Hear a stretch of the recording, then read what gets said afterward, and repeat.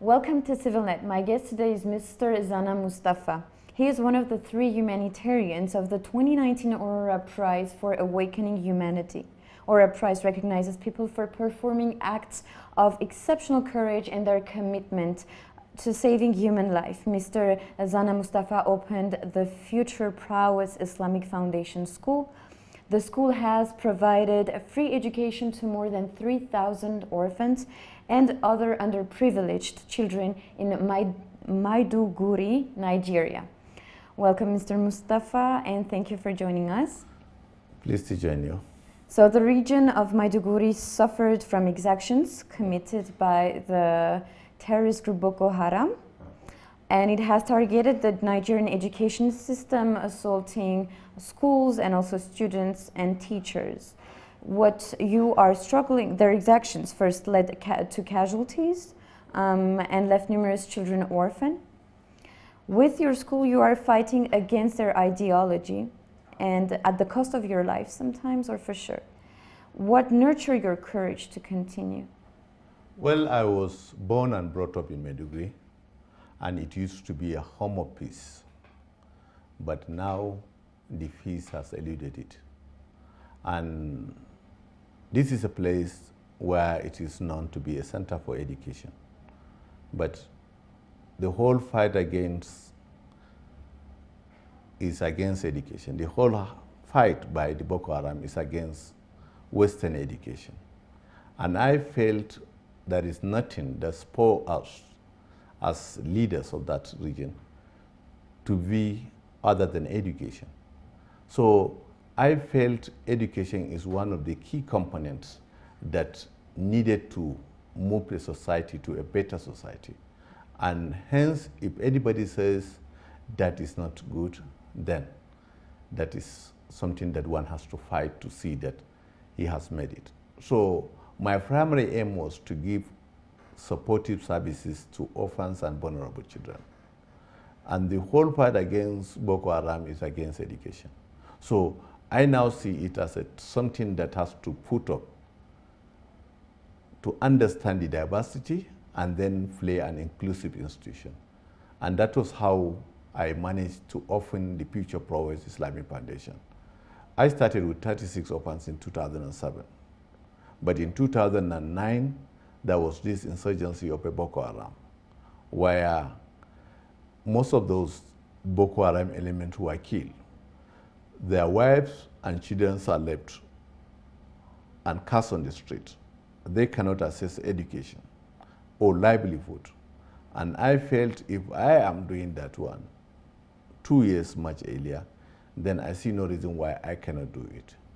But the only change I had in mind was that I had to introduce diversity and inclusive institution where every child on this earth matters to be at the school. And in that process, I personally volunteered to put my own biological children to be in the school. And then secondly, any other child on the street matters for me as if it matters.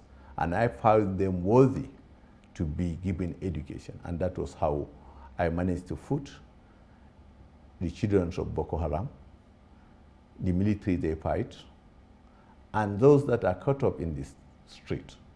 So all these 3 components form part of the school. And in doing that, we felt the house and the school has to be in one page. And that was how we introduced the Widows program. The widows are the ones we used in the school for them to have developed the curriculum of the school. What is it that your own children wants to get? Is it education, and what sort of education? We want them to play a sort of an inclusive institution that they own the processes that leads to giving the education or the feeding program, which we started in the school. The mothers are the one cooking for the children. And then that's not enough. We have to put in a sort of a disciplinary committee where widows of various sides of the divides will come over and decide on any act of indiscipline that happened in that society. So that is how we were running this foundation, and that is how we were able to protect not only our own children, the children of the Boko Haram and the military officers that are on the there. So, but we are only playing an inclusive institution where everybody feels and every child matters. But Boko Haram is one of the deadliest terror groups in the world. Still, don't you fear that the task you are conducting right now, which is a noble task, might also be risky for your own life? Well, this is it's a double-edged sword. It can go either way. That this is something that one should look at the hierarchy of Boko Haram. They are even killing themselves. Within the hierarchy, they kill themselves. So there is no way they cannot kill me. But what I played is that I understand their own diversity, and then played an inclusive institution. Even dogs don't eat their own children or don't kill their own children. So I took their own children, their wives, to be part of the institution. And that we are giving something that they like. It's not, I have not introduced anything. What we did was, we told the widows what do they want. And they said they want this, and that formed the curriculum. All what we did here is that it is just to juxtapose it with the government so that an integrated sort of education is given. And sir, but how did they agree to have their children in your school, which is an educational? It's not an institution, whether they agree or they don't. It is their own. Because I didn't tell them to come and read. All I told them was that they are at the receiving end. They are victims. We have the victims, the victimothers, and the survivors. So what we played in that is an inclusive institution. You don't have anywhere to go. You are cast on the street. You don't have livelihood. So we brought them, we gave them livelihood, and at the same time, we gave them education. But you know, for them, what is it? What do you call education? Is it what they agreed for? Or the one that they don't agree with? So it is themselves that says this. It is not me. I didn't tell anybody to come and read. All I told them was to give them the enabling environment for them to come and sit down and decide with other widows, this is what we want to do. And by such, we don't. But there are a lot of risks involved of myself, my family, and the society in general, or even risking the life of my children that are part of it. But one has to sacrifice one thing for God to protect him, and God has protected me in that. Okay, and so the way you, how yourself you convinced the teacher to participate in your school, in the ideology of your school, right? Knowing that in the region is pretty risky, how did you convince them? All we did was that we found an environment that is suitable for a teacher to dwell. And where you have a mother of a... What is a suitable environment for you? The suitable environment is the future Prowess. We set up the future Prowess for them to come so that at least they understand their own diversity. They know the type of life they are living and the type of life in the future where their own children will also have something they will call our own, not my own. It is theirs.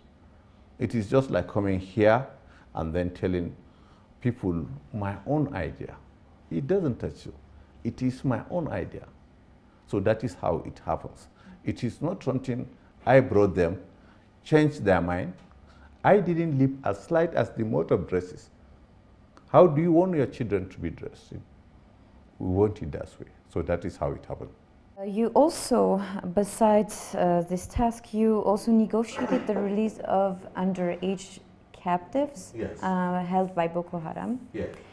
It was in 2014, your work your negotiation Yes. brought home 103 children, Yes. girls, kidnapped by the group in Chibok. Yeah. How did you do to find the right words to convince them to release those children? Well, the only thing I want to tell people is that first, you have to know who are the people.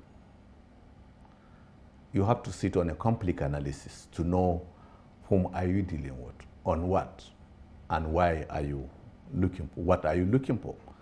If you find that one, that is when you have to define how you to go about it. But it should be noted that I have their own children.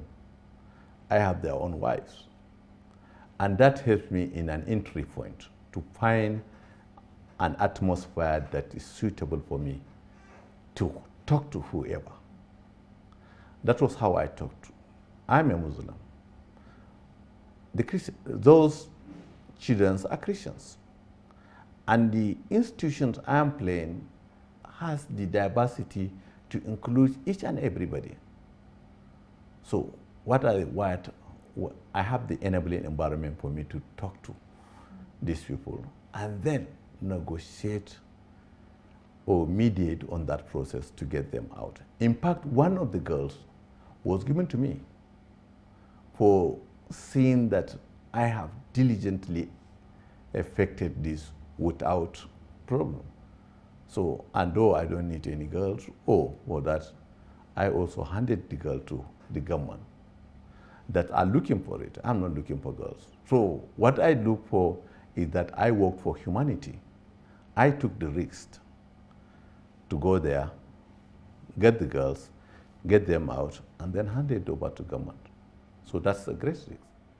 Is it also your belief in God that pushes you to continue this work? Well, what happened actually that, in humanity, there is no limitation to what can offer. And that is why I offered. And if it takes me to save one life, I can go beyond whatever.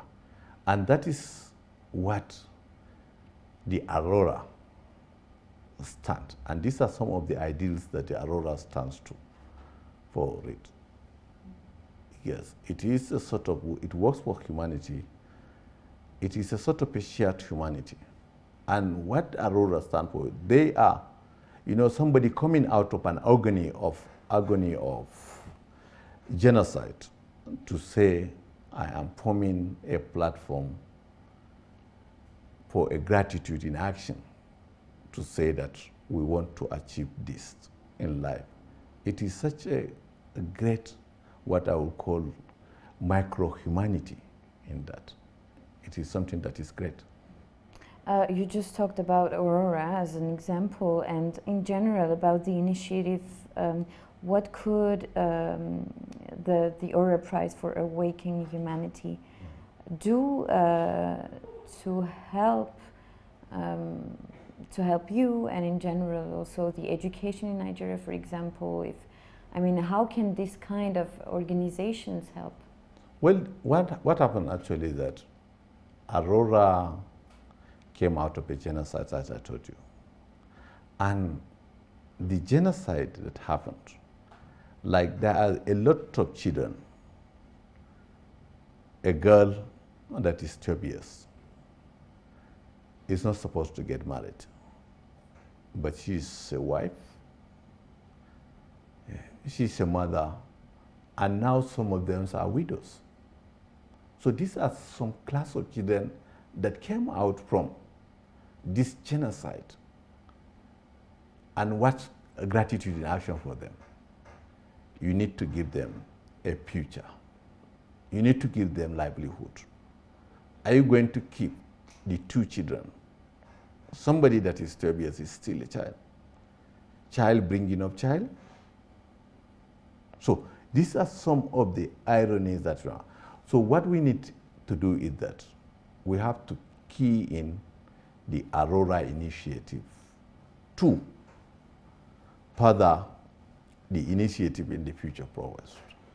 We want to record this sort of genocide committed for future generation, and that is the awakening which we are looking for.